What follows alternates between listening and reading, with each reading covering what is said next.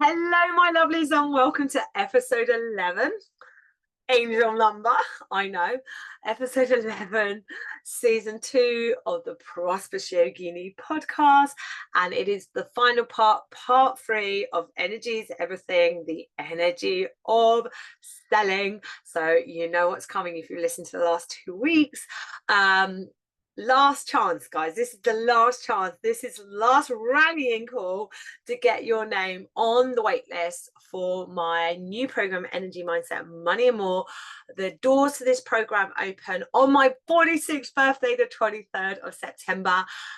I will be revealing next week the launch of my business, my freebie thing, which actually conveniently does connect to selling. So if you are finding the content of today's podcast really useful, eyes peeled for the next week or so, because I will be launching my new business. I'm launching my new business with a free training, The Energetics of Selling, and a Q&A party. We're not just having a Q&A call, we're going to have a party. It's at 1 o'clock, the party in the afternoon on a Friday. Champagne welcome. If you are walking on the school run. So more on that to come next week. But today is like the last ding, ding, ding. Can I draw your attention to the wait list for my new program, Energy, Mindset, Money and More? Said this the last 2 episodes, but genuinely mean it. Like, this program is, I feel like this program is what I came here to do, basically. This is like, I've reached this point in my life, reached this point in like time, space, reality, where everything's come together. All my experiences, all my beliefs, all my training to this, like my dharma, my duty, my why, my belief of what I believe. One of the reasons why I'm here, why I chose to come into this physical form at this time, is I've always been that person where I'm like, right, I've learned to do this, come on, let's go, let's all do it together. I've always been that person. I've always been the teacher. And I've always very much taught from, like, I'm no expert on this, like I'm not top of my game, I'm learning to do this myself, are you coming with me? I've always been like that, right?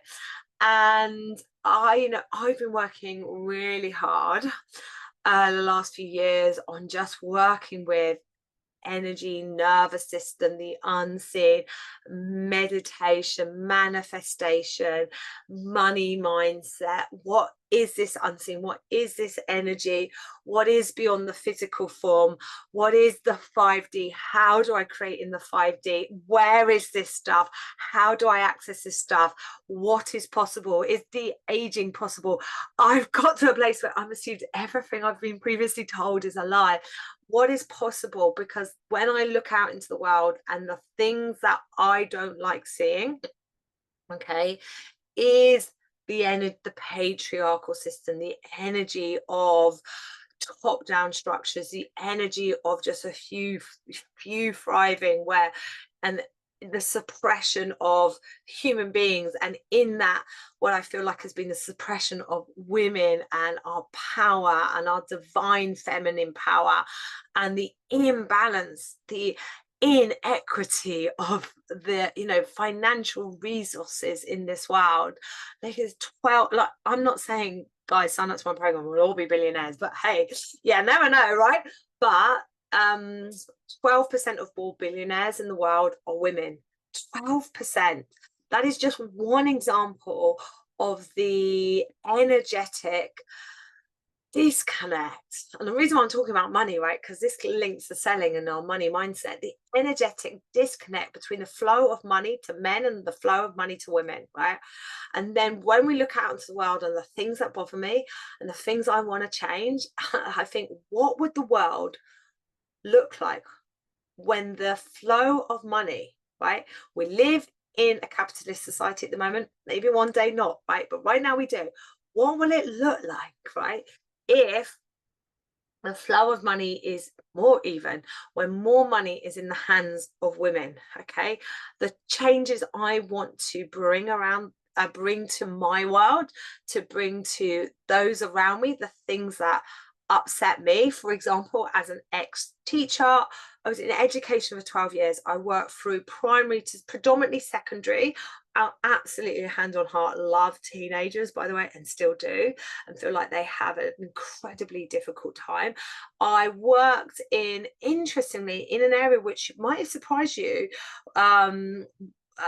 in Falmouth, where we had one of the primary feeder schools was the third poorest state in the country, right?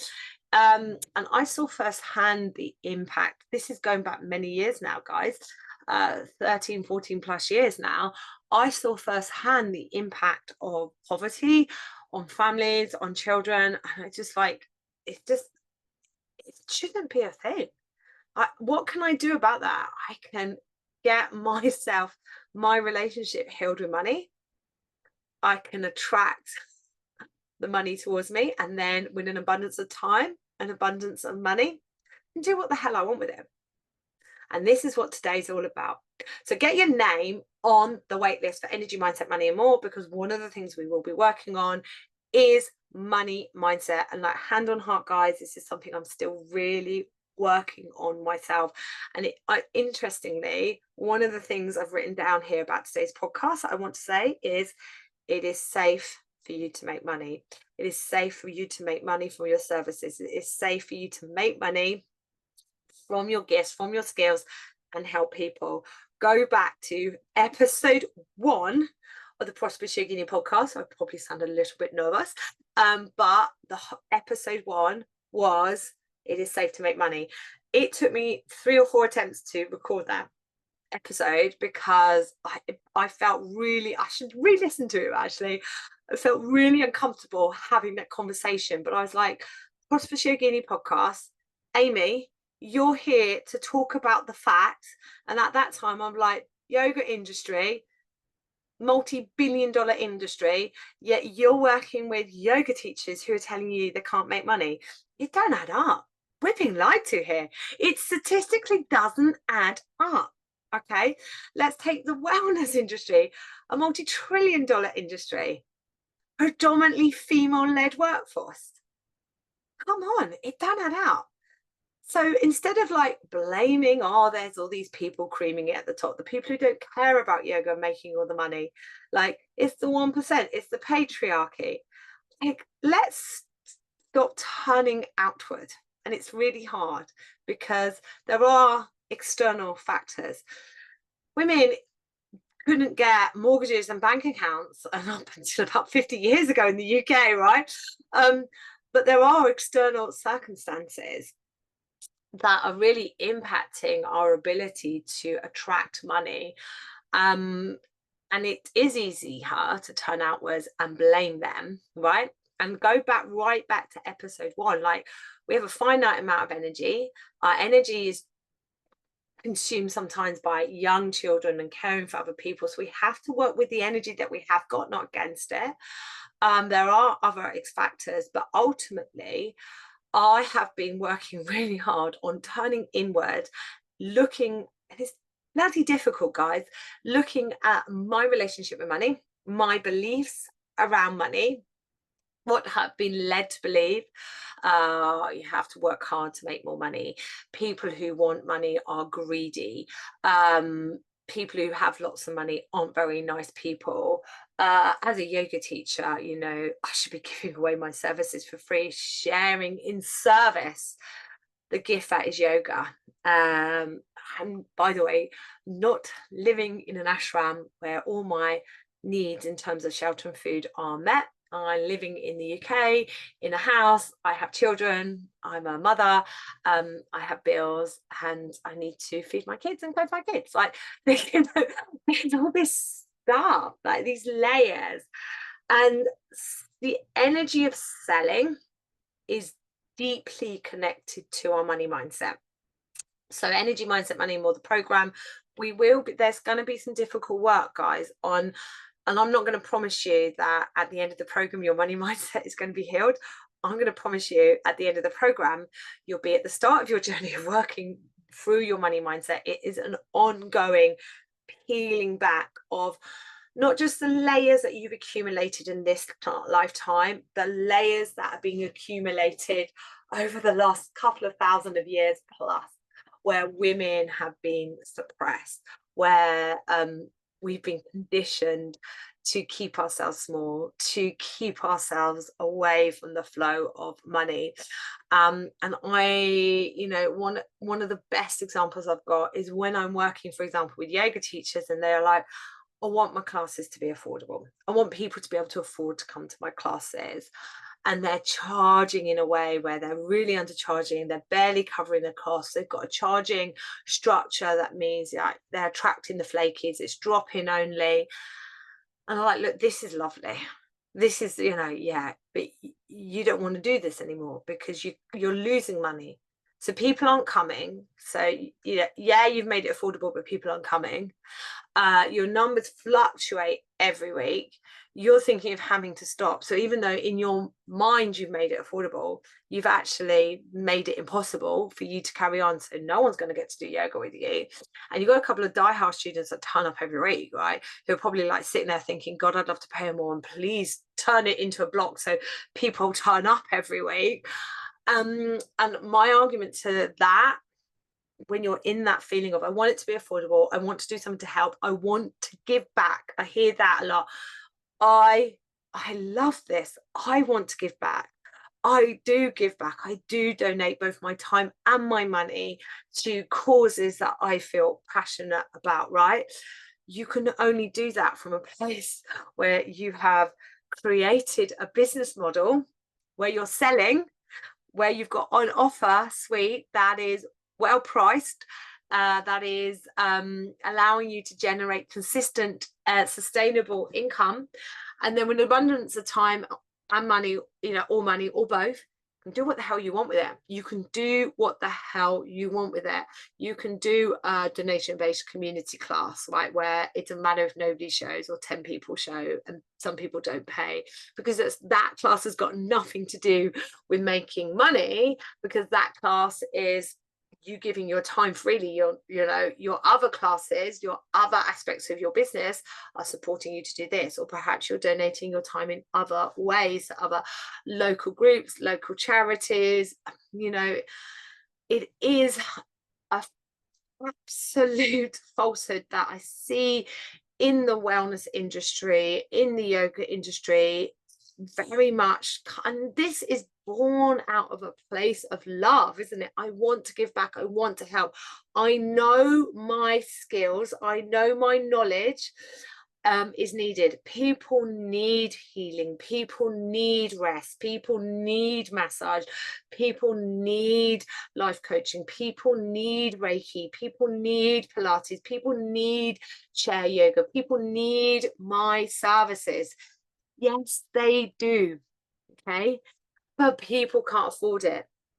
Yes, they can. Okay. Yes, they can.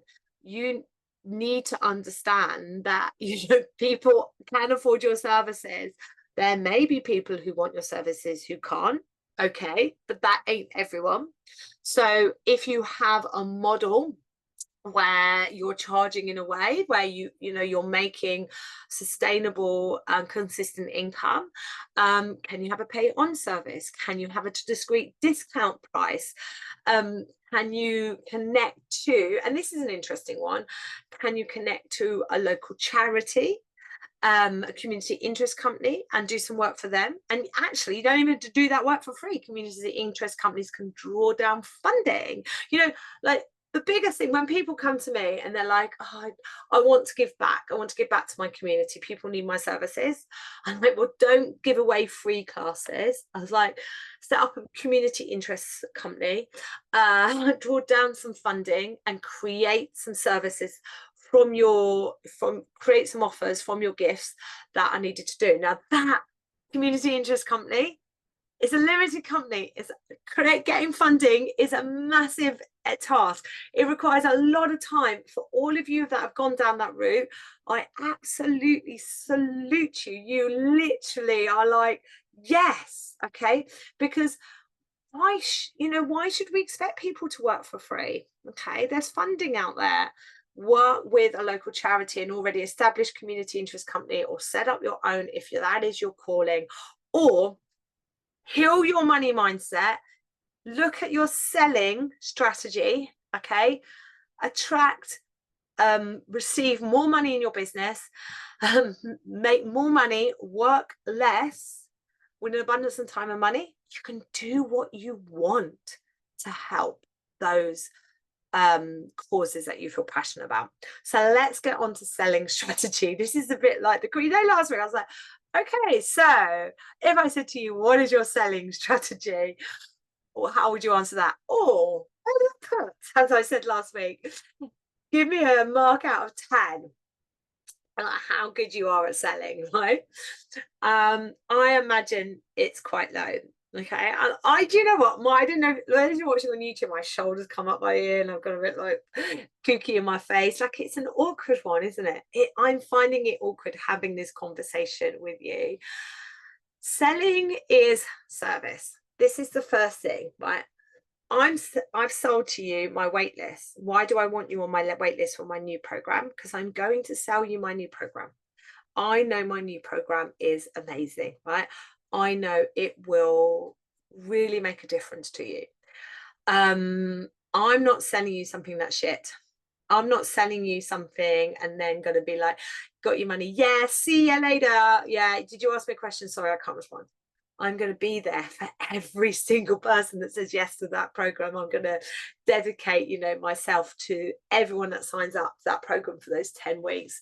I know when people work with me that the energy of working with me just doesn't stop at the time that we've worked together, that it rumbles on. I see the effects. I know how good it is to come into one of my business programs or one of my training courses. I see the impact of that, and it completely lights me up, right? I'm not trying to sell you a dodgy course. I'm not trying to sell you another strategy cookie cutter course. I'm trying to sell you something that is needed. I know it's needed. I know that my selling to you of my program is a service. Okay, so let's take, for example, let's say you're a massage therapist, right? And you've done your training, right? And you know the positive impact, the benefits of massage, right? You know that one massage can help that person physically feel better, recover from injury, improve mental health, improve their lymphatic drainage system, improve their immune system, reduce the risk of injury. If you're like me and over 40, it keeps you moving. Your massage, the power of touch, that you might be massaging some clients that are single and don't have the physical touch. Now, I'm not talking about sexual touch here at all. It's just the power of human to human touch, right? So how important that massage is. You're not selling. You're not trying to trick them into selling them something bad, right? So this goes right back to part one of this, going back to you are the product. This is the problem, right? Because we feel like we're selling ourselves. Go back to part two, marketing. This is the problem. We feel like we're marketing ourselves, right? And it's much easier to stick behind, hang on a minute, I've got my little, if you're watching on YouTube, this will be great because you can see what's happening. If you're not, like, what's happening? I've just taken my mug with my coffee in my hand. It's my little yoga mug. The force is strong with this little one. Okay. Now, if I was like, hey guys, I've got this great mug. It holds coffee really well. It's got a really cute baby Yoda on it, and the force is strong. The force is strong. The unseen forces holds great coffee. Who wants this mug? Like, you're like, I don't want the mug. I can hide behind the mug. Like, the mug is easy to sell. The mug isn't attached to my belief system. The mug isn't attached to my self-worth. I can market this mug and I can say at the end of it, I've told you what's great about this mug. And then I've gone, hey, if you want to buy this mug, click in the link below. Buy now. Currently on special offer. I just sold you the mug. The mug is not for sale, guys, by the way. It's my mug. But actually, it's my husband's mug. It's my favorite mug. I've stolen it from him. Right. So there's an example, though. If we were selling mugs, how we can hide behind the product of the mug. The mug is not attached to emotionally how we're feeling, physically how we're feeling. our belief system is attached to our self-worth, and it is so hard, this. Not to mention, when we have a feeling, when we're feeling guilty about wanting money, when we're feeling guilty about asking for money, when we've got wacky systems, okay, and this is one of the biggest things I see, wacky payment systems, payment structures, ways of collecting money, which quite frankly is blocking money. Okay, DM me to book. Most people won't DM you. Drop me a text to book. Payment, cash on the day. Most people don't. I don't have cash. The stress of having to get cash will mean I won't come, right? Not to mention understanding this, and this doesn't feel great because we're like, I'm selling my services, I'm selling a service that's going to help people, and now you want me to understand buying behavior, right? So no, it doesn't quite work like that.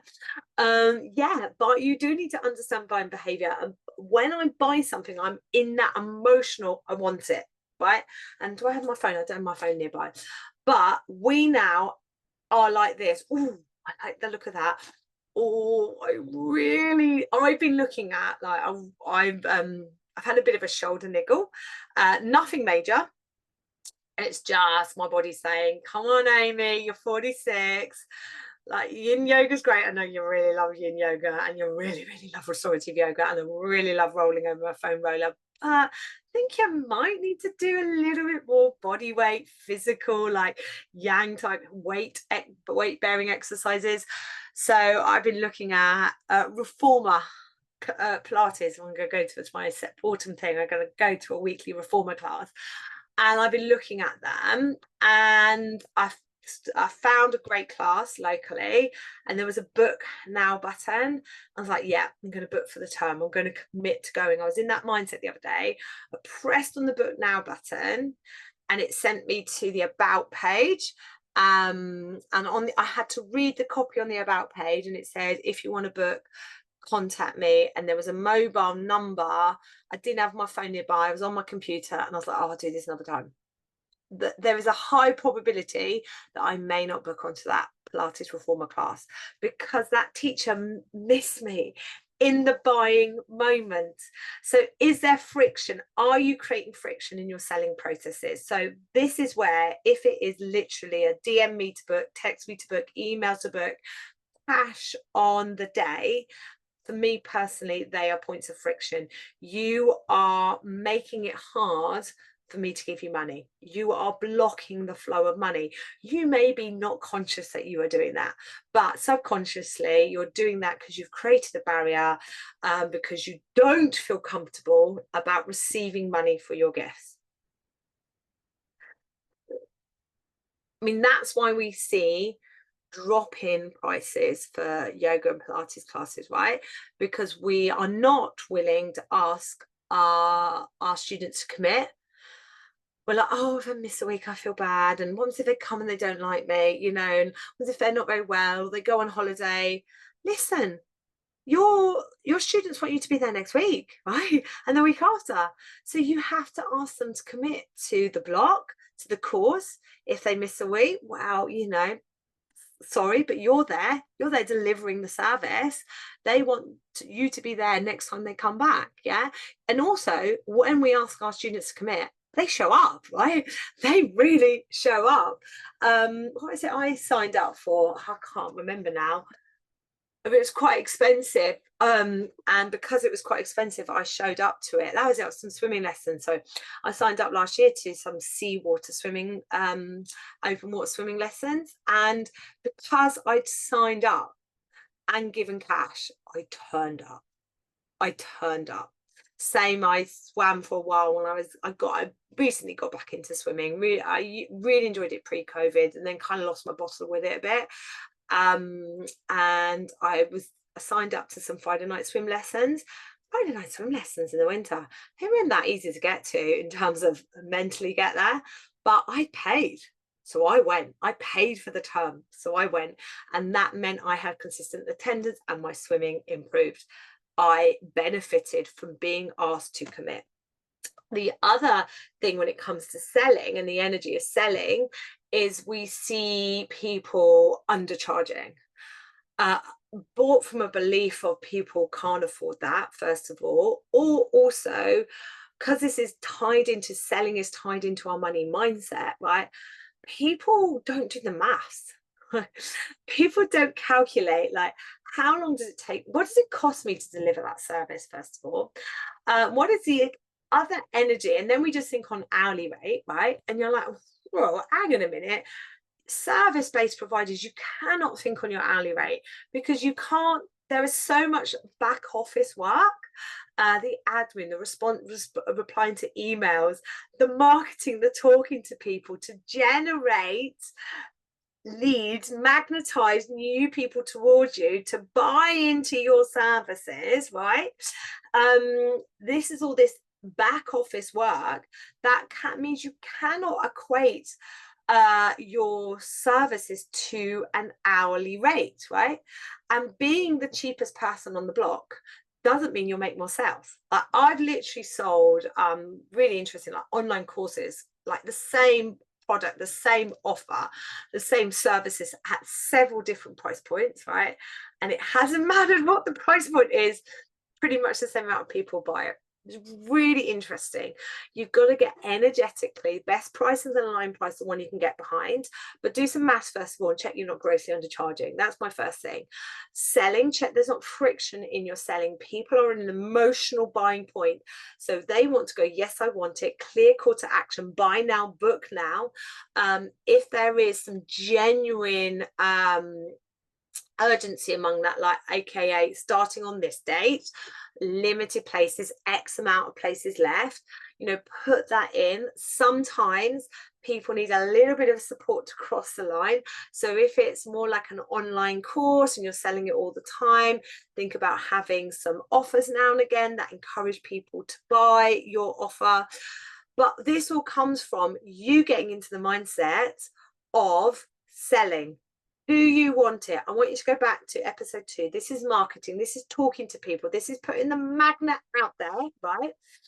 And saying, this is who I am. This is what I can do. This is how I can help you. Then this person comes along, sticks onto your magnet and goes, ooh, I like this. Okay. Now, they can stay on your magnet. Bonkers analogy, but stay with me, please. They can stay on your magnet if they give you some money, if they book into your services. Otherwise, it's like, okay, right, you found me, you like me, you feel like I can help you. I would love to help you. Selling is service. This is how you can do it. Do you want it? You've got to be far more, do you want it? And I think we forget, we separate marketing and selling, and I don't think they should be. And like, you see some wacky advice, for example, strategy. You see some wacky strategy advice, like for social media, every third post should be a selling post. What? Every time you turn up on social media, right, you are energetically showing yourself. You are saying to people, this is who I am. Even if you're showing a picture of your cat, like, I like cats. Who else likes cats? Oh, she likes cats. Oh, I definitely want to go and do her online Pilates class, because my cat and her cat will be in the background together. How do I book onto her Pilates class? Here's my cat. Do Pilates with me and my cat. Book here, right? It doesn't have to be separate. It needs to be a clear call to action. And when, a CTA, get this into your head, a CTA, call to action. Book now, buy now. This is how you do it. It's a big signpost to your services, right?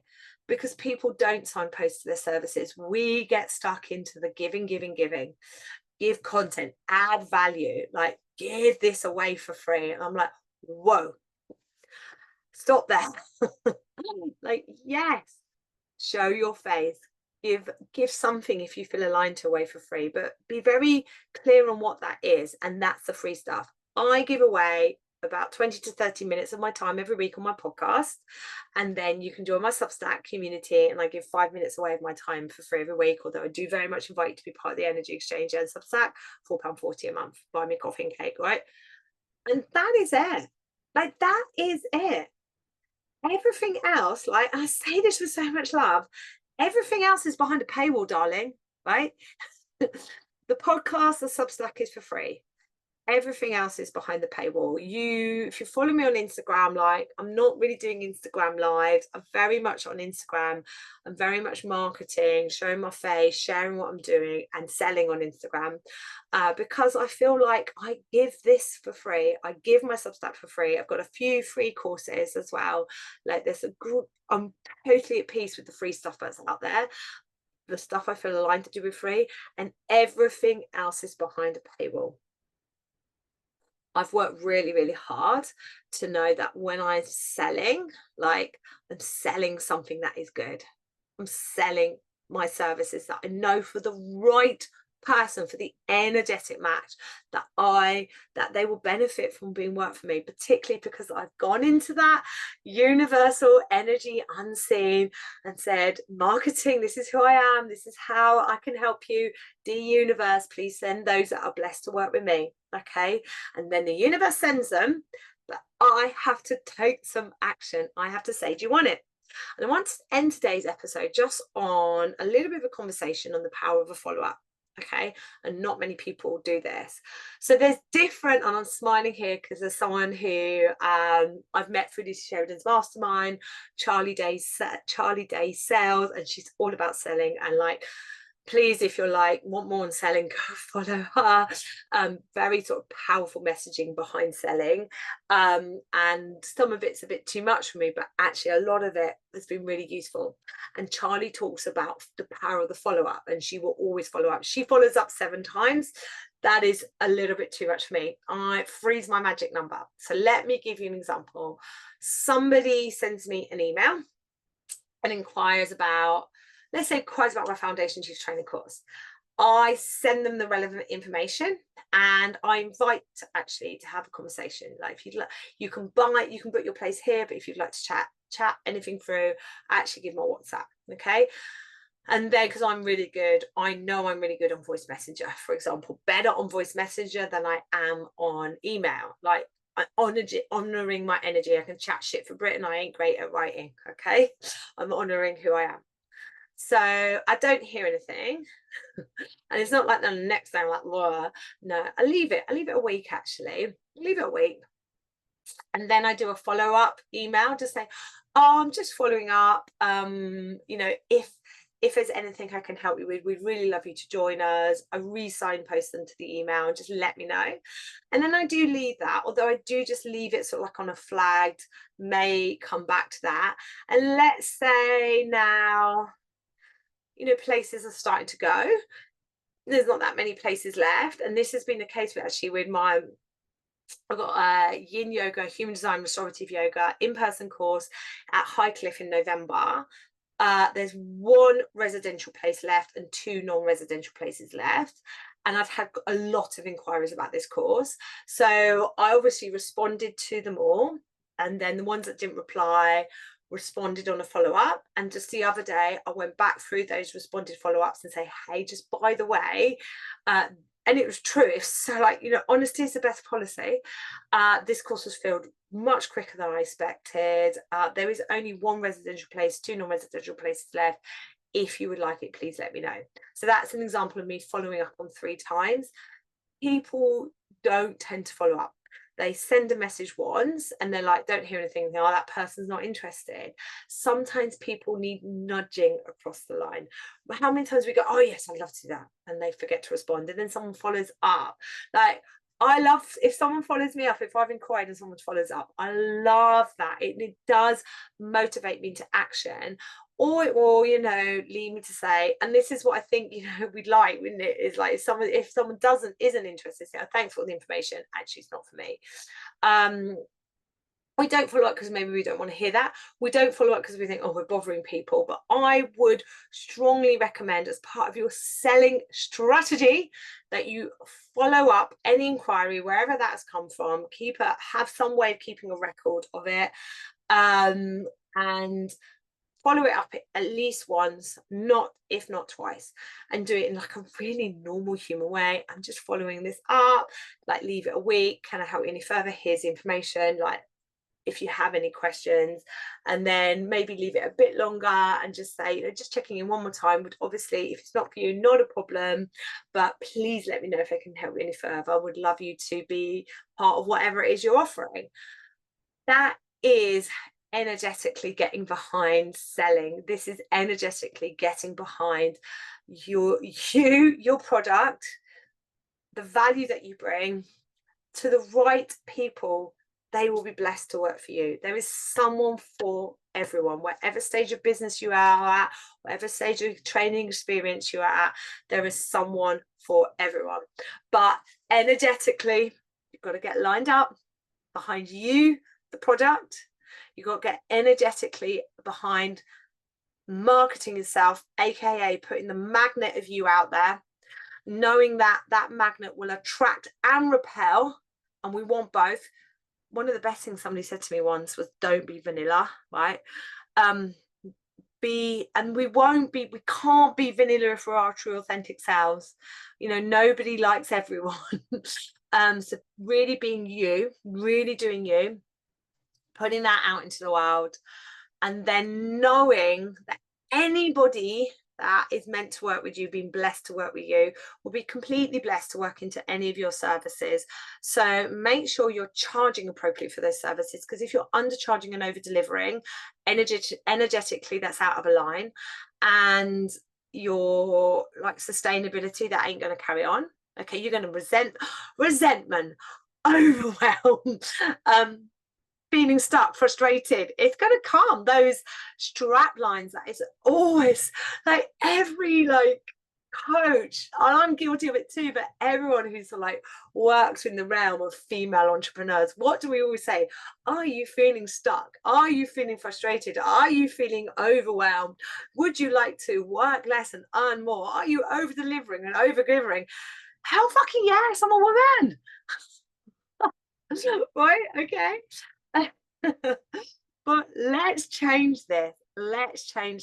Okay, let's move to a way of being, a way of I say doing business, but god damn it, a way of doing life where we honor our energy, honor who we are, honor our external energetic commitments, our friends, our family, those people that we love and care for, honor how we want to do things, work through the difficult mindset, programming, layers of crap that have been loaded onto us as women, that it's literally like loads of cloaks, loads of veils. Like in yoga we talk about the veil of Maya, the illusion. It's like all of these cloaks have been laid on top of us to dim our light. I want you to take these cloaks off. I'm coming out. That's the vibe. I'm coming out. I'm going to shine really, really brightly. So brightly, it's going to piss some people off, right? Okay. That's okay, right? Because for everyone that goes, oh, God, that's not for me, other people go, I need to work with that person, okay? And then when we come to selling, we're thinking about having over time building those multiple streams of income, a multi-offer suite with different price points, okay, and having a selling strategy that means we know there's reliable, predictable income coming into our business. We're behind the concept of selling, not from this icky, I'm just trying to chase clients, I'm kind of get leads, client acquisition. If I see there's some guy on YouTube who's like, I can help you with your client acquisition, I was like, no, you cannot. Okay. I am a human being looking to work with other human beings and help other human beings. I do not want to acquire clients. Okay. But this is the language. This is the bro marketing language. This is the business strategy that, we get entangled in and then wonder why on earth it's not working for us. Okay. And selling is service. You are so needed. Okay, get behind selling your services, constantly signposting. All roads lead to Rome. All roads lead to people who've come into your world and gone, oh, that looks good. Going, yes, I will buy that, whatever that thing it is that you're offering. And energy, mindset, money and more, my new program is all about this. And the beautiful thing, guys, is once you learn once you learn to dance with the masculine and feminine energies, once you have a better understanding of how this works, we don't see it as like there's been 3 podcast episodes. You are the product, marketing, selling, like we don't see it as these 3 individual things that I've got to work my way through. It's all part of the interconnected whole that is me. And anyone who works for me will be blessed. I am needed. I am needed now more than ever. So get your name, my darling, on the wait list, and then absolutely eyes peeled for like the announcement to my free training, the energetics of selling. We'll be going into this a lot more detail, giving you some like real clear sort of like actionable strategies that you can try out and see what works for you, because strategy is just a plan that energetically may or may not work for you, but obviously getting behind the mindset of selling and the energy of selling. And then once we've cleared the energy, we've got behind the thoughts, because thoughts become things, we can take the aligned action that we want. And honestly, boom, you can do what the hell you want at this place, right? Excuse my language, but it feels hard. It feels like people know stuff you don't know. It feels like round the corner there's a magic secret formula that when you figure that out, you're going to know. And none of this is true. You're completely lied to, okay? It takes time. It takes practice. It takes good days. It takes bad days. It takes successes. It takes failures. It takes understanding and working with your energy, your nervous system, all the mindsets. I say this all the time, all the mindset stuff in the world will get you nowhere if your nervous system is dysregulated, if your energy is not behind it. All the action in the world will get you nowhere if your mind is saying no. So you've got to get the body to say yes, the mind to say yes, and then the action just happens. It doesn't feel hard. It feels exciting. It feels like you're in the flow, right? But we're human beings. We're not always in the flow. Sometimes we get stuck in the mud.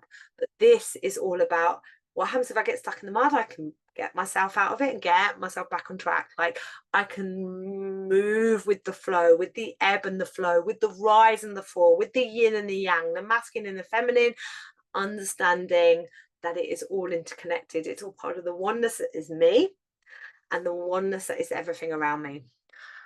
Woo. I've just recorded 3 episodes back to back. If you're watching on YouTube, you can tell because I'm wearing the same outfit. Thank you so much for listening to this. Pancake's letting me know it's time to stop. See if you can hear her barking. Please do put your name onto the wait list, and I'll see you all next week with the details of my free training and the launch of my new business. I'll see you guys all next week.